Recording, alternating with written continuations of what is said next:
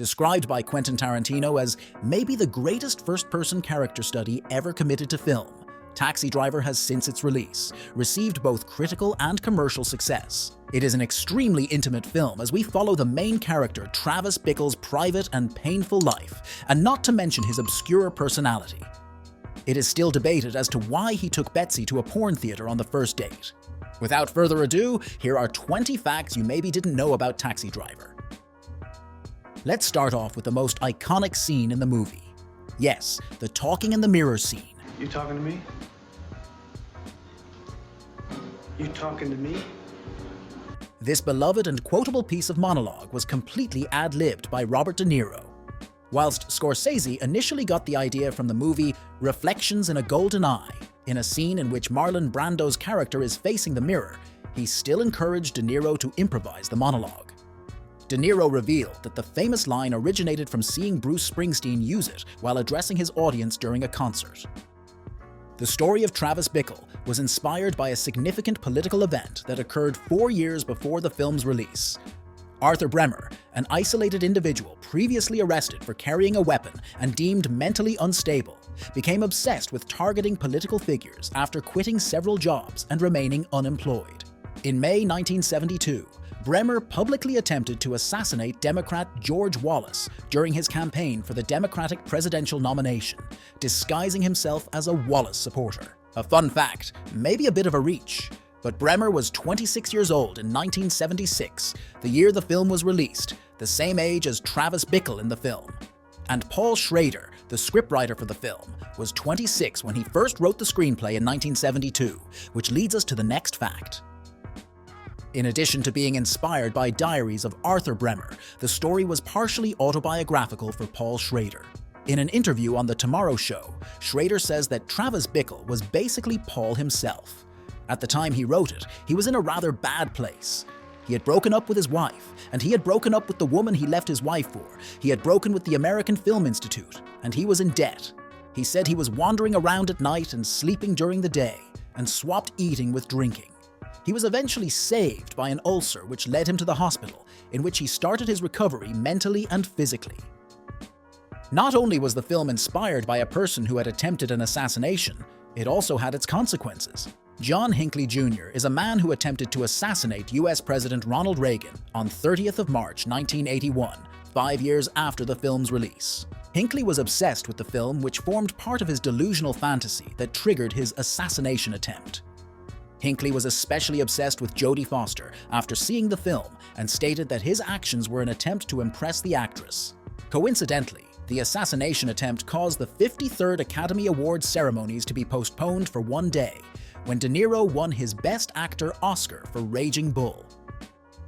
As preparation for the role of Travis Bickle, Robert De Niro, a strong believer of method acting, worked as a late-night taxi driver in New York for a month in early 1975. Prior to this, De Niro had just won his first Oscar for Best Supporting Actor in The Godfather Part 2.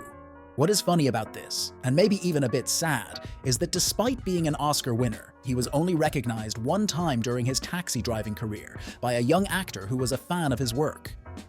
In addition to working 12-hour shifts as a New York taxi driver, De Niro prepared for his role by losing 35 pounds and repeatedly listening to taped readings of the diaries of the criminal Arthur Bremer. Simultaneously, he was filming the movie 1900 in Rome. During his breaks, De Niro visited an army base in northern Italy, where he tape-recorded soldiers from the Midwestern United States, believing their accents would be fitting for Travis's character. According to Sybil Shepherd, who played Betsy, Martin Scorsese was looking for a Sybil Shepherd type to play the female lead in the film. At the time, Shepherd's career was going quite bad after back-to-back flops Daisy Miller and At Long Last Love. However, when her booking agent Sue Mengers heard what Scorsese wanted for Taxi Driver, she called them and asked why not hire Sybil Shepherd herself. And they did, which rescued Shepherd's career. Robert De Niro and Sybil Shepherd both only signed a $35,000 contract to appear in the film. As for Shepherd, it was a fair trade given her current situation. But De Niro had won an Oscar after signing the contract. This made the producers worry that De Niro would deservedly ask for a larger pay raise. However, he honored the contract knowing that Columbia Pictures was skeptical about the project and was looking for excuses to pull the plug on the whole thing. The total budget ended up at just $1.9 million, with only $200,000 being allocated to the performers in the film, which is extremely low for a film of this quality.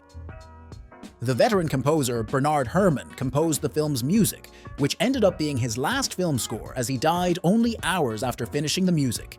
He worked with the likes of Orson Welles, Alfred Hitchcock, and Brian De Palma in his 74 credits as a composer. When a then relatively unknown Martin Scorsese asked Herrmann to do the score, he balked at the idea as he didn't want to do a car movie. But after reading the script, he was all in. The film is dedicated to Bernard Herrmann. Director Martin Scorsese asserts that one of the film's most crucial shots occurs when Bickle is on the phone, attempting to secure another date with Betsy. During this scene, the camera slowly shifts to the side and pans down the long, empty hallway beside Bickle. Scorsese said the phone call was so painful that the viewer shouldn't witness it. It was so painful, we shouldn't witness it, so the camera should track away, but not pan away. Also, when filming the hallway, the viewer expects someone to come, but no one comes. He is all alone. And in the hallway, you think somebody's coming, but nobody's going to come. Jodie Foster was 12 years old, same as her character Iris, when the movie was filmed. Hence, she could not do the more explicit scenes in the film. Therefore, Connie Foster, Jodie's older sister, who was 19 when the film was produced, acted as her stand-in in such scenes.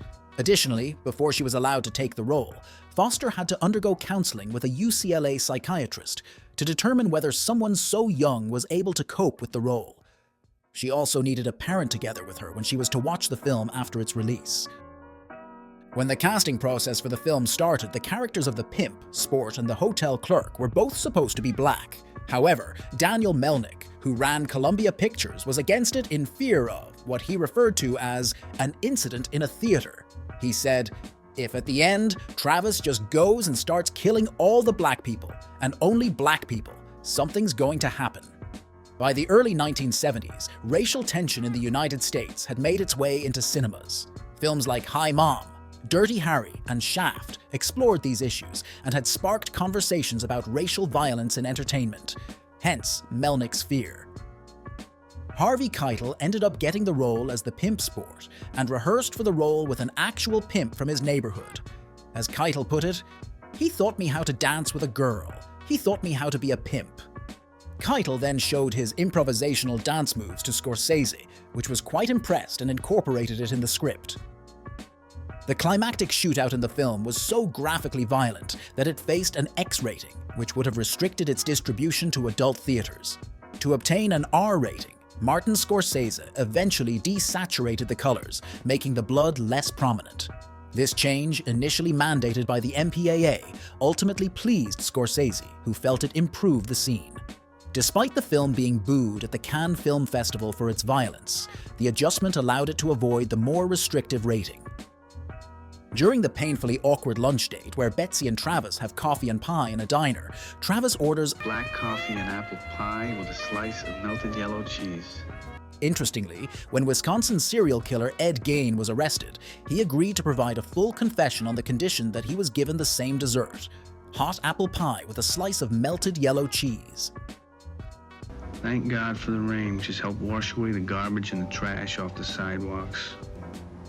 The film was shot in New York during the summer heat wave and garbage strike of 1975, which the low-budget film ended up using to its advantage, as it managed to capture a real and unfiltered New York, much in line with the desired cinematography.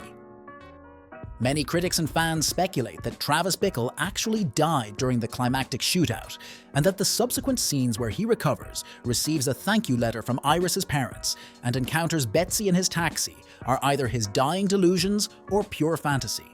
However, Martin Scorsese and Paul Schrader, in their commentary on the Laserdisc and DVD releases of the film, deny this theory.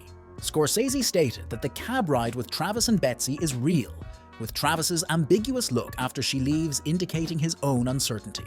Schrader explained that Travis becoming a hero was inspired by the real-life case of Sarah Jane Moore, who briefly became a celebrity after attempting to kill President Gerald Ford.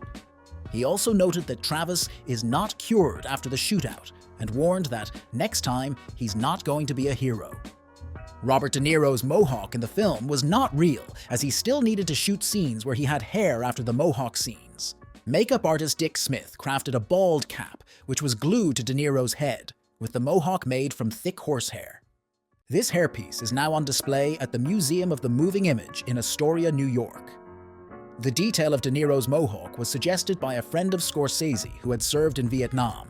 He said that if you had this cut in Saigon, it usually meant you were ready to go into a special forces situation. You were ready to kill. Martin Scorsese's parents, Charles and Catherine Scorsese, are featured as Iris's parents in the newspaper article displayed on Travis's wall at the end of the movie. In fact, Scorsese's parents are actually one of his most frequent collaborators, as they have appeared in 10 of his films. Throughout the film, Travis Bickle wears an olive-drab army jacket featuring a large King Kong patch on one sleeve. According to Scorsese, the patch references the 1933 film King Kong, where a confused and violent giant gorilla tries to rescue a fair maiden. This symbolism was intended to parallel Travis's efforts to save Iris. Boom! There you go! 20 facts you now know about Taxi Driver. As usual, a random film suggestion, Iron Claw. I finally got around to watch it, and it was totally worth it. I think especially if you never heard of the Von Erich brothers. Alright gang, until next time.